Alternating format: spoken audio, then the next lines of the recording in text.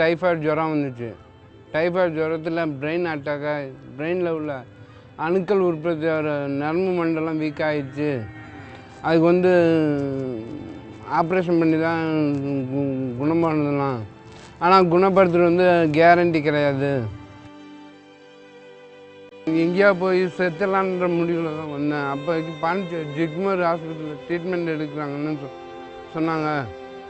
இப்போ ஜிக்மர் ஹாஸ்பிட்டல் போனப்போ அவங்க சொன்னாங்க, மாத்திரை தான் சாப்பிட்ணும், மாத்திரை தான் இது தீர்வு. அட்மிஷன் படம் அனுப்பிச்சிட்டாங்க.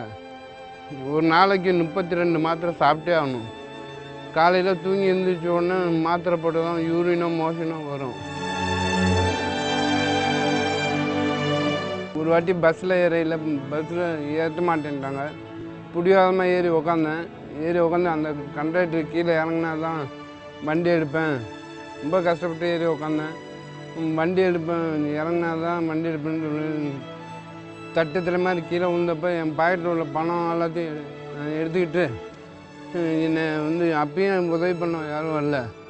இந்த உலகமே காசில் தான் இருக்குது. நம்ம அதுக்கு விதி மாற நம்ம இப்படி இருந்தாலும் மற்றவங்களுக்கு உதவி செய்யணும் மனப்பான்மை அப்போ தான் எனக்கு வந்துச்சு.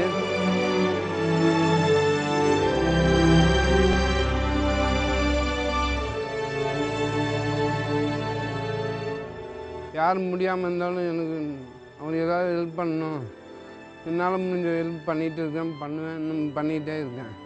முதியோர் இல்லத்தில் ரோட்டில் முடியாமல் படுத்துவாங்க, எல்லாத்தையும் கூப்பிட்டு போய் வைத்தியம் பார்த்து கூப்பிட்டு போய் தான் என்னோடய குறிக்கோள், என்னோடய லட்சியமும் அதான். அதில் தான் எனக்கு முழு சந்தோஷமும் இருக்குது.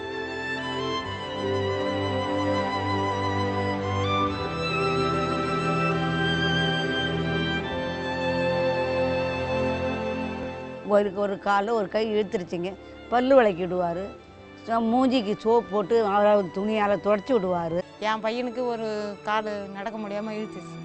இந்த தம்பி தான் எடுத்துகிட்டு போய் சரவணன் தான் எடுத்துகிட்டு போய் ஃப்ரெண்ட்ஸ் ஆஸ்பத்திரியில் நல்லா ஆக்கி சரவணன் எல்லாம் பாதுகாப்பு பண்ணி நல்லது செய்தேன். நான் முடியாமல் கண்டிஷன் இருந்தாலும் அந்த கஷ்டப்படுறவங்களை பார்த்து என்னால் தாங்க முடியாமல் நான் கீழே விழுந்தாலும் மற்றவங்கள நோயை காப்பாற்றணும், அவங்க உதவி பண்ணணுன்ற எண்ணத்தில் ஒரு நாளைக்கு மினிமம் 10லேருந்து 15 வாட்டி கீழே விழுவேன். கீழே விழுந்தாலும் அவங்களுக்கு உதவி பண்ணணும்னு தன்னம்பிக்கையில் பண்ணிகிட்டு இருக்கேன்.